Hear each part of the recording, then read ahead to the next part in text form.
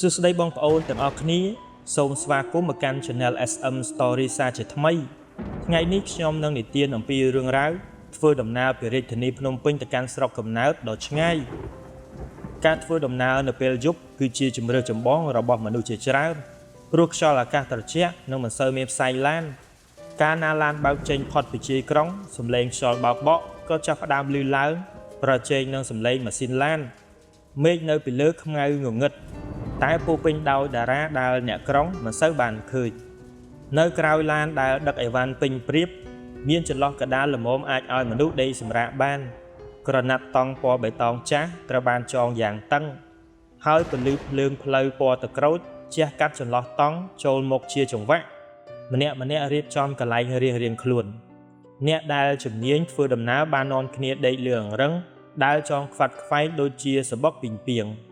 សំឡេងឡានរលាក់តិចคล้ายជាចង្វាក់បំពេយ៉ាងល្អមនុស្សចាស់អង្គុយផ្អែកលើបាវអង្គរជជែកគ្នាពីនេះពីនោះប្រជែងនឹងសំឡេងខ្យល់លុះដល់យប់ជ្រៅនៅលើផ្លូវជាតិដ៏វែងអន្លាយសំឡេងជជែកគ្នាក៏ស្ងាត់ទៅនៅសល់តែសំឡេងខ្យល់ហ៊ឺដែលលូនចូលតាមចន្លោះតង់អាកាសធាតុចាប់ផ្ដើមត្រជាក់ខ្លាំងរហូតត្រូវរុំខ្លួនក្នុងភួយក្លិនវាស្រែនិងក្លិនដីបានមកជំនួសក្លិនផ្សែងឡានពេលចិត្តភ្លឺឡានចាប់ផ្ដើមបន្ថយល្បឿនរួចបត់ចូលផ្លូវលំដែលធ្លាប់ស្គាល់ពន្លឺព្រះអាទិត្យពណ៌ចាស់ចាប់ផ្ដើមរុញច្រានភាពងងឹតចេញបង្ហាញឲ្យឃើញវាស្រែពណ៌ខៀវខ្ចីនិងអាប់ស្ដើងនៅលើចំស្មៅសំឡេងមាន់រងាវឮមកពីចម្ងាយឡានបើកកាត់របងឫស្សីមកផ្ទះរួចម៉ាស៊ីនក៏រលត់ទៅភាពស្ងប់ស្ងាត់នាពេលព្រឹកព្រលឹមបានចូលមកជំនួសដល់ផ្ទះហើយសំឡេងម្នាក់និយាយតិចជាមួយស្នាមញញឹមវាគឺជាការបញ្ចប់នៃការធ្វើដំណើរដ៏ហត់នឿយបំផុតប៉ុន្តែក៏មានមនុស្សជាច្រើនដែលមិនបានជួបការធ្វើដំណើរដោយរលូនបែបនេះឡើយបរិយាកាសនៅលើឡានម៉ោង3ទៀបភ្លឺគឺខុសប្លែកពីពេលប្រលប់ទាំងស្រុងភាពអ៊ូអរបានបាត់អស់នៅសល់តែសំឡេងតង់បក់បោកភីបតាមចង្វាក់កង់ឡានដែលរត់លើផ្លូវលំខ្ញុំភ្ញាក់ព្រឹត្តឡើងដោយសារឡានធ្លាក់ចង្ហុកធំមួយខ្យល់ត្រជាក់នៃពេលយប់ជ្រៅធ្វើឲ្យខ្ញុំព្រឺសម្បល់ខ្ញាក់អ្នកដំណើរផ្សេងទៀតដេកអស់ហើយដោយសារដេកមិនលក់ខ្ញុំក៏ក្រោកអង្គុយផ្អែកនឹងទ្រុងដែកឡានអើតមើលទៅខាងក្រោយចង់ដឹងថាដល់ត្រឹមណាផ្លូវនេះស្ងាត់ខុសធម្មតាសងខាងផ្លូវមានតែព្រៃអំពៅខ្ពស់ត្រដែតមានតែពន្លឺភ្លើងស្តុបក្រោយពណ៌ក្រហមដែលជះទៅលើខ្នល់ជាវងខណៈដែលខ្ញុំកំពុងភ្លឹកមើលពន្លឺក្រហមលើខ្នល់ស្រាប់តែខ្ញុំចាប់អារម្មណ៍ឃើញអ្វីម្យ៉ាងនៅលើចិញ្ចើមផ្លូវឆ្ងាយទៅខាងក្រោយ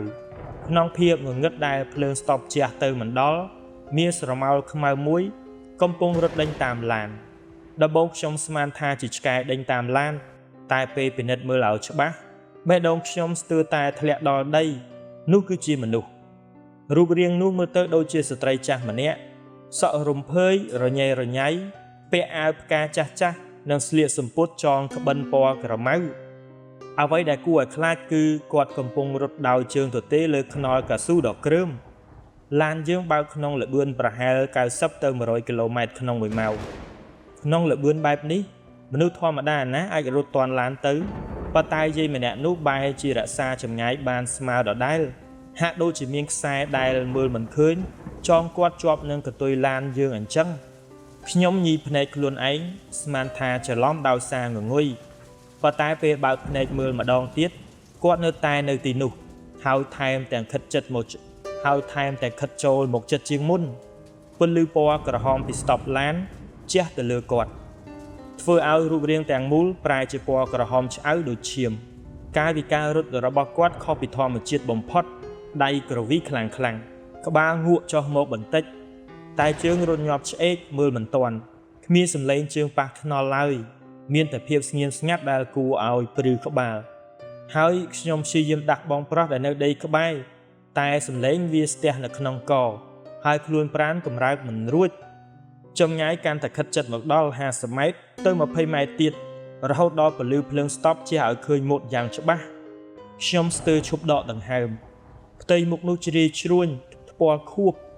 ភ្នែករបស់គាត់បើកធំពណ៌សស្លុបមានប្រស្រីភ្នែកខ្មៅឡើយគាត់សម្លឹងមកខ្ញុំដែលអង្គុយនៅកន្ទុយឡានចំ មាត់គាត់ចំហដូចជាកំពុងនិយាយអ្វីម្យ៉ាងដែលខ្ញុំមិនឮរួចក៏ចាប់ផ្ដើមញញឹមវាគឺជាស្នាមញញឹមដែលហែកធំរហូតឃើញអញ្ចាញធ្មេញពណ៌ខ្មៅដៃជ្រាយជ្រួញម្ខាងលូកមកធ្វើកាយវិការដូចជាចង់ចាប់កន្ទុយឡាន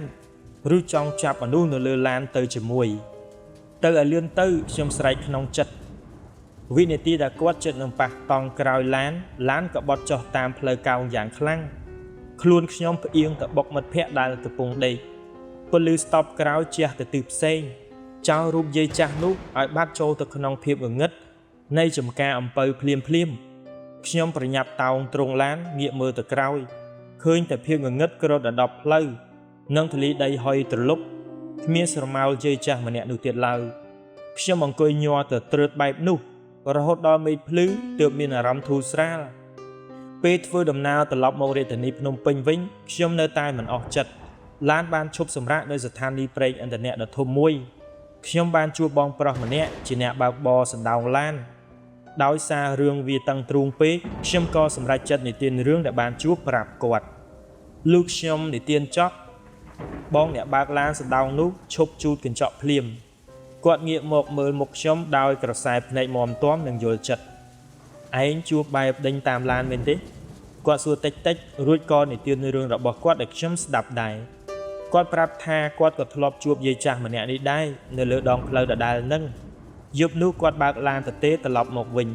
ម៉ោងប្រហែល2ទៀបភ្លឺផ្លូវស្ងាត់ខ្លាំងគាត់ឃើញយាយចាស់សក់សស្លៀកសំពត់ចងក្បិនរត់មកអែបនឹងក្បាលឡានគាត់ដោយសារគាត់ខ្លាចបុកយាយនោះឬខ្លាចគាត់ជាមនុស្សឈួតវង្វេងផ្លូវគាត់ក៏បង្អន់លបឿនឡាននោះហើយគឺជាកំហុសដ៏ធំរបស់គាត់ពេលឡានបន្ថយលបឿនដល់ទៅ 40-50 គីឡូម៉ែត្រក្នុង1ម៉ោងយាយនោះមិនបានរត់វ៉ាទៅមុខឬឈប់ឡើយយាយនោះលូតតែមួយទុះពីចិញ្ចើមផ្លូវមកតោងជាប់នឹងកន្ទុយសណ្ដោងឡានគាត់បងអ្នកបើកបរនោះមើលកញ្ចក់ចំហៀង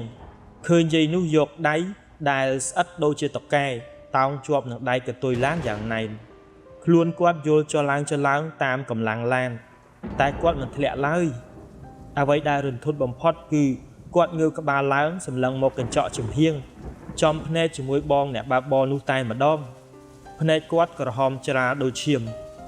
មាត់ចំហនិយាយដូចជាកំពុងដាក់ទំនាយបងនោះជន់ហ្គាយ៉ាងខ្លាំងសូត្រធរគ្រប់មេដែលចងចាំរហូតដល់ឡានបើកកាត់អាស្រមចាស់មួយនៅក្បែរផ្លូវទើបរូបរាងនោះរលាយបាត់ទៅដូចផ្សែងអ្នកបើកបរសណ្ដោងឡាននោះនៅនិទានរឿងមិត្តភក្តិគាត់ម្នាក់ទៀតឈ្មោះថាជ័យដែលជួបធ្ងន់ជាងនេះទៅទៀតជ័យបើកឡានសណ្ដោងដឹកស៊ីម៉ង់តាមពីក្រោយមិត្តភក្តិម្នាក់ទៀតឈ្មោះថាយ៉តយប់នោះភ្លៀងធ្លាក់តិចខណៈដែលកំពុងបើកបរជ័យស្រាប់តែឃើញយាយចាស់ម្នាក់នោះរត់អែបនឹងទ្វារឡានរបស់គាត់ក្នុងកម្រិតខ្សែភ្នែកតែម្ដងឯគិតមើលឡានធំខ្ពស់តែយាយនោះរត់បណ្ដាលលោតបណ្ដាលមុខមកដល់កញ្ចក់ទ្វារឡានជ័យមុខគាត់ជ្រាវជ្រួញស្លេកដូចក្រដាស់ញញឹមស្អុយចំអកឲ្យជ័យភ័យពេកជន់ហ្គារត់តែយាយនោះក៏រត់ញាប់ជើងតាមរហូតរួចស្រាប់តែឈប់ចាប់អារម្មណ៍ជ័យតែបែរជាសម្ដៅទៅឡានខាងមុខរបស់យ៉តវិញជ័យឃើញនឹងភ្នែកថាយាយចាស់នោះរត់វ៉ាឡានរបស់គេយ៉ាងលឿនរួចលូតផ្លោតទៅតោងជាប់កន្ទុយឡានរបស់យ៉តបន្ទាប់មកក៏វាឡើងលើដំបូលឡានដែលគ្របដោយតង់ដូចជាពីងពីងយៈអញ្ចឹងគាត់ទៅអង្គុយចោងហោងនៅលើដំបូលឡានរបស់យ៉តតែបែរមុខមកក្រោយសម្លឹងចំមកឡានរបស់ជ័យយាយនោះអង្គុយយល់ក្បាលតាមឡានភ្នែកសស្លុបសម្លឹងមកជ័យរហូតដល់ចម្ងាយរាប់សិបគីឡូម៉ែត្រទើបតែដល់តំបន់ដែលមានពន្លឺភ្លឺទើបគាត់រលាយបាត់ទៅមុននឹងចេញដំណើរទៅបងអ្នកបើកឡានសណ្ដោងនោះបានផ្ដាំថាចាំទុកណាប្អូនប្រុសផ្លូវមួយខ្សែនោះបើឃើញអ្វីប្លែកកុំបងអងឡាននោះឲ្យសោះហើយសំខាន់បំផុតគឺកុំមើលកញ្ចក់ក្រោយបើចិត្តនឹងរឹងល្មម5ខែក្រោយមកទោះបីជាពេលវេលាជួយឲ្យភ្លេចខ្លះមែនប៉ុន្តែពេលត្រឡប់ទៅស្រុកតាមផ្លូវដដែលភាពភ័យខ្លាចក៏ត្រឡប់មកវិញប៉ុន្តែលើកនេះផ្លូវនោះស្ងាត់ជ្រងំគ្មានស្រមោលយាយចាស់គ្មានសំឡេងជើងរត់តាមទៀតឡើយពួកយើងធ្វើដំណើរដល់ផ្ទះដោយសុវត្ថិភាពពេលត្រឡប់មករាជធានីភ្នំពេញវិញខ្ញុំបានចូលសម្រាកនៅស្ថានីយ៍ប្រេងឥន្ធនៈដដែលហើយក៏បានជួបបងប្រុសអ្នកបើកបរឡានសណ្ដោងម្នាក់នោះតែម្ដងលើកនេះ មានទឹកមុខស្រស់ថ្លាគ្មានភាពតានតឹងឡើយខ្ញុំក៏ចូលទៅសួរគាត់ភ្លាមបងលើនេះខ្ញុំធ្វើដំណើរមកស្ងាត់ជារងំមិនឃើញយាយចាស់ម្នាក់នោះទៀតទេតើគាត់ទៅណាហើយបងអ្នកបើកបរនោះសើចក្អាកក្អាយរួចប្រាប់ថាឯងមិនជួបគាត់ទៀតទេព្រោះយាយនោះទៅប៉ះចំរបស់រឹងហើយរបស់រឹងខ្ញុំសួរទាំងងឿងឆ្ងល់គាត់ក៏និទានថាប៉ុន្មានសប្តាហ៍ក្រោយពីឯងត្រឡប់មករាជធានីភ្នំពេញវិញមានឡានក្រុងតូចមួយដឹកក្រុមនេនតូចត្រឡប់មកពីទស្សនកិច្ចនៅភ្នំពេញវិញ